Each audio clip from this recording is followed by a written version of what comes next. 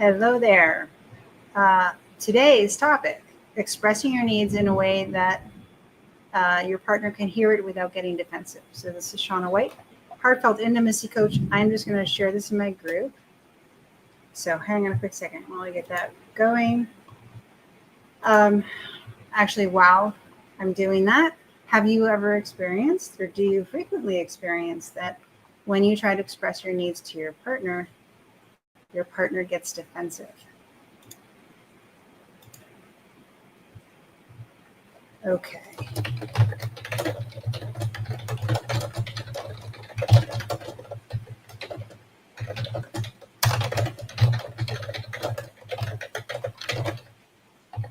We're almost there. One moment.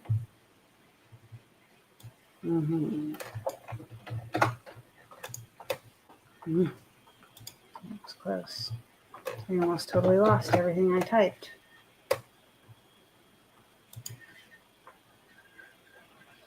Okay. Here we go.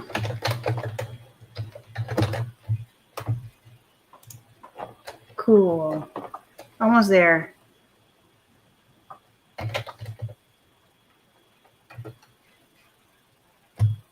Okay, great. Okay, we're here, and the storm outside has subsided. I started this live in the middle of this amazingly beautiful thunderstorm, and it has just totally quieted down. And I still have internet, so that's good.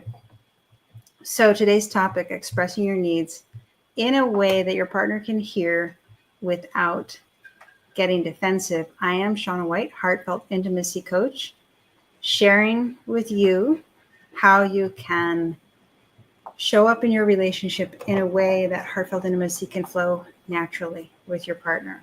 So today we're talking about a very, very, very, very, very common issue that comes up in relationship, which is that one or both partners may experience that when you go to share your needs with your partner, which it's normal that you want to renegotiate what's going on. We always have to renegotiate every day to, what I mean by that is, in order to have a beautiful connection in your relationship, you have to intentionally notice how that's going and then intentionally adjust to cultivate that beautiful space.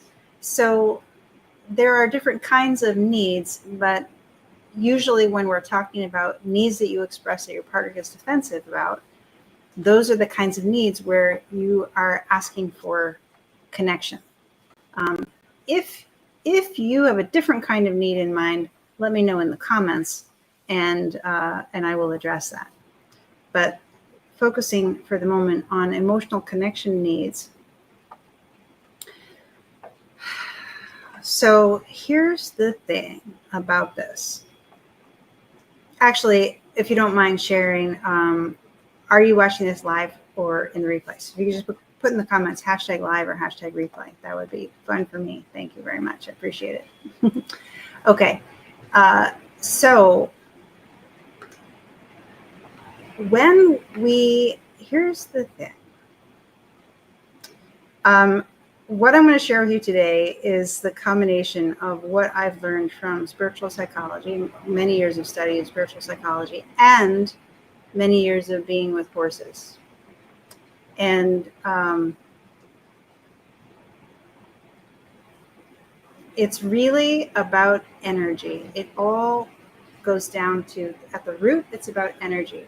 So if you, the speaker, the needs expresser, if your energy has a push to it, then your partner is going to either push back, that's the defensive, or shut down, which is the other option. But not flourish in authenticity, right? Do something other than flourish in authenticity. If your partner feels a pushing energy coming at them, then they're going to be like, or ooh. This I learned from horses, okay? What's so beautiful about working with horses is that they do what they feel like Can you hear the thunder? They do what they feel like. And so they respond to energy. It's basically exactly what goes on in human relationships at the nonverbal level, at the energetic level. That's what goes on with horses. And so that's what I was trained in. And that's what I'm trying to communicate to you, is that the fundamental dynamic that's going on in the moment when your partner responds to your expression of needs in a way where they push back, they get defensive, they're feeling an energy coming at them that's trying to control them. You may not be of that intention.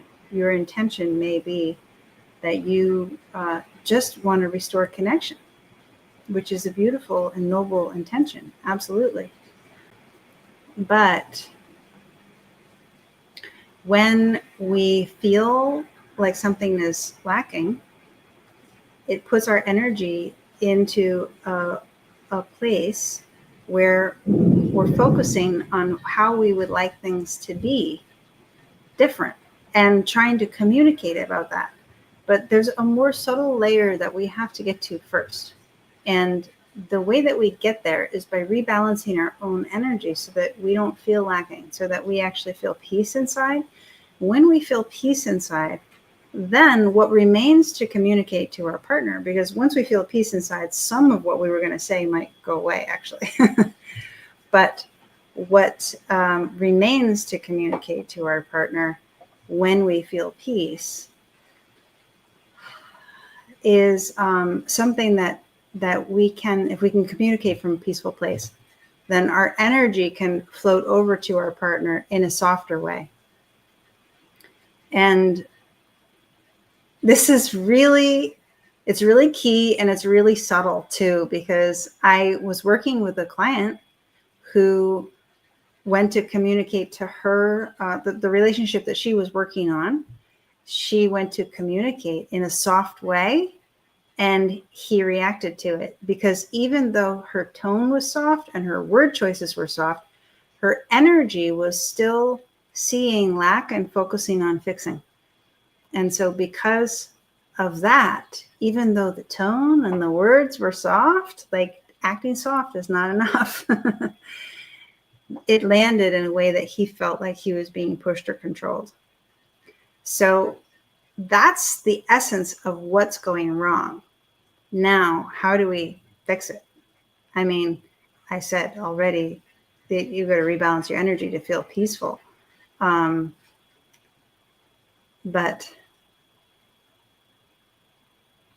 how do you fix that? Right? Now, I actually just did a challenge where I shared a bunch of exercises that can help people to rebalance that. However, there's a lot that needs to be unraveled potentially in your relationship for you and in yourself for you to come to find that sweet spot of peace on a consistent basis. And so there could be grievances that you have, things that have recurred in your relationship that kind of act like a sand in the shell, thinking of oysters, like a constant irritant. And then when it comes up again, it's like, ooh, that thing again, ooh, that thing again. And that can put your energy in a place where the communication is going to go south. And that can happen on your partner's side too. But because you are watching this video, I'm speaking to you and what you can do.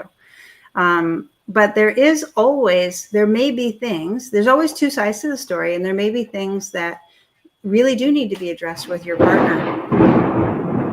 Lightning and thunder. There may be things that your partner is doing that are actually questionable and need to be questioned.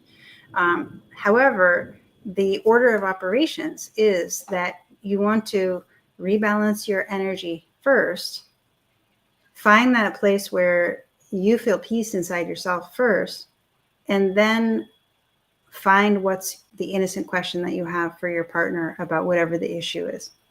Because if you don't rebalance your energy first, then when you go to communicate with your partner about the thing that's genuinely questionable about their behavior or about a dynamic that's going on, then it ends up not going well because of the quality of your energy when you come.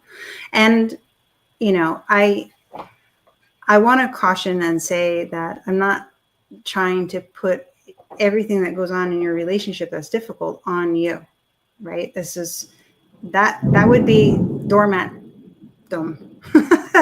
And I have studied doormatdom myself. I have practiced radical responsibility, taking responsibility radically myself in a relationship, and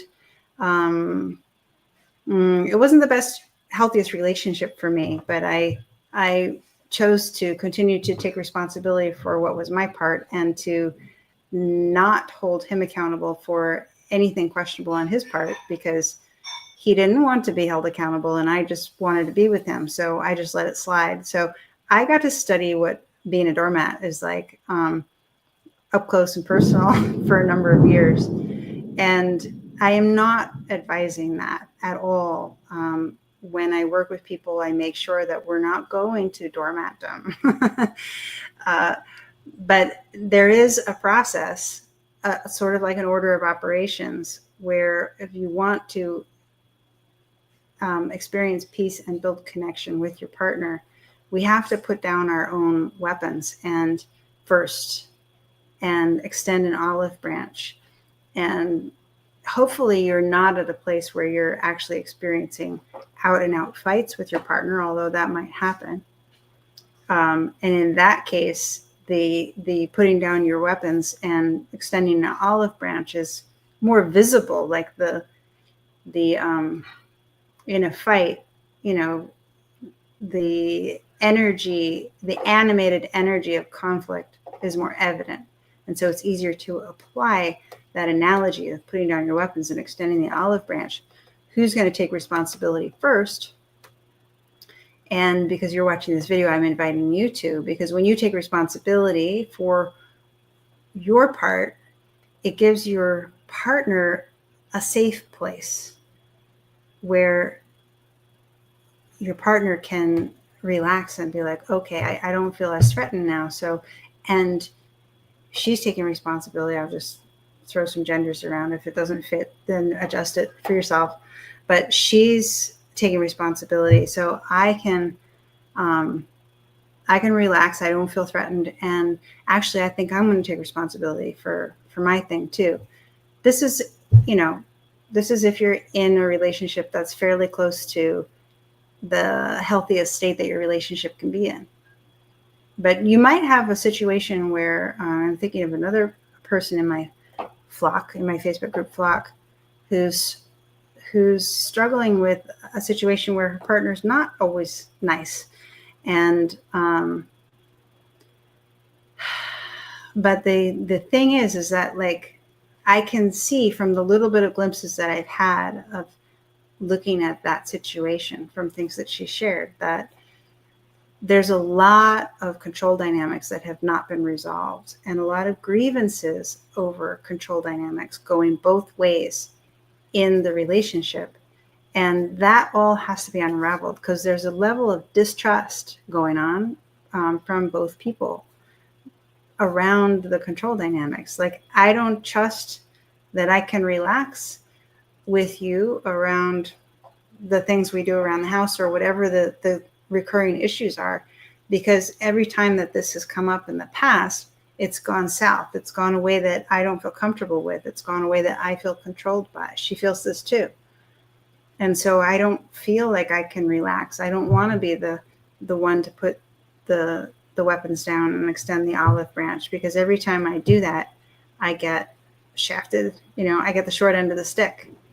And so if there are a lot of unresolved grievances, that might be part of the dynamic. And what can I say?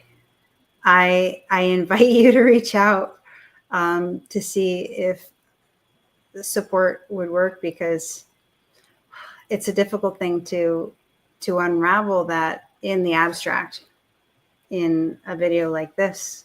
But I am working with someone now unraveling those kinds of complexities.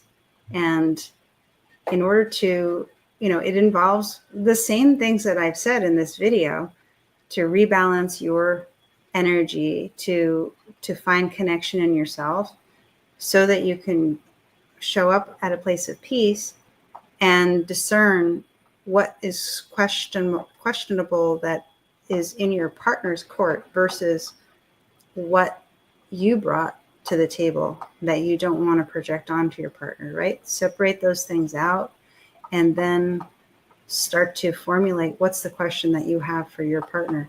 But when it's very complicated like that, it helps to lean on someone like myself with the discernment that I offer to pull those things apart step by step in a way that feels safe and that you feel like you're respecting yourself, but also not putting your finger on the red button that makes everything blow up, right? You want to walk that fine line where you are honoring yourself and but you're not pushing your partner in order to honor yourself. So that's how we unravel this whole needs thing. It's a completely honest expression. When you express your needs, it's an honest appeal for something that you deserve. You deserve to have connection in your relationship. You deserve to experience love in your loving, intimate partnership. And your partner deserves that too. So there's nothing wrong that you want to experience love.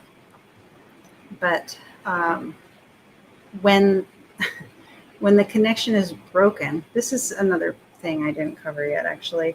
When the connection is broken and you go to express your needs, usually that's what happens. We express our needs because the connection is broken. But expressing your needs as a way to fix the connection doesn't really work because it's asking for something to happen situationally. You want your partner to behave differently, or you want together to behave differently, but the energetic connection is not there to support that change in behavior. And so it feels like a request to perform, and that feels like an attack, or it feels uncomfortable. So that's why we have to go to the energetics first. We have to rebalance your energy and then start to look at what is needed to rebuild the energetic connection with your partner. And that could be extending yourself in a way that invites your partner into a loving connection. It could also be asking an innocent question to resolve something that's unspoken or not well spoken, something that's a grievance between you and your partner. So, and then when the energetic connection starts to be restored, that's when the connection that you're looking for, that you're asking for when you express your needs, starts to naturally fall into place again in a way that feels like both people can be freely themselves instead of one person or both person feeling like they have to perform or compromise in order to make it work at the level of the situation when it's not working at the energetic level. So that's why I'm here on a podium sharing about the energetic approach to connection and relationship, because when you approach it that way, everything falls into place. When you approach it without that piece at the center, then it doesn't ever really work, because it's like trying to, if you want to make a clay pot, this beautiful clay pot, but you didn't have enough clay when you first started. That's the energetic connection. And so then you're like patching the clay on the outside. I've never made a clay pot, but I have this image of, even if you're making a pie, I have done pie. And I've had that case where the pie crust is not really holding together because the energetic connection is not there. So then I'm like patching pie crust, trying to cob job it together, and it's not working. It's like trying to make it look like it works from the outside, make the situation. If we go to dinner and we and you get me flowers and you say that you love me and I say I love you, then we're going to feel connected, right? Because that's what connection looks like. No, you're not necessarily going to feel connected just because those things happened. That's the pie crust, patching the pie crust together. You need the integrity inside the dough to hold the pie crust together without having to ask for it to look a certain way. Then it starts to look that way because the energetic connection is there, making all of that happen normally. And then it's a really fun ride. So the key to expressing your needs in a way that your partner can hear you without getting defensive is to rebalance your energy and then repair the energetic connection between you and your partner. If that's something that you want help with, you are welcome to reach out to me. Shoot me a message and we'll have a conversation. And otherwise, I hope that this was insightful. And if you, let's see, I would love to hear what your top takeaway is in the comments. Usually when I ask that, people don't say anything, but that's my invitation to you. All right. Have a great day. I'll talk to you soon. Bye for now.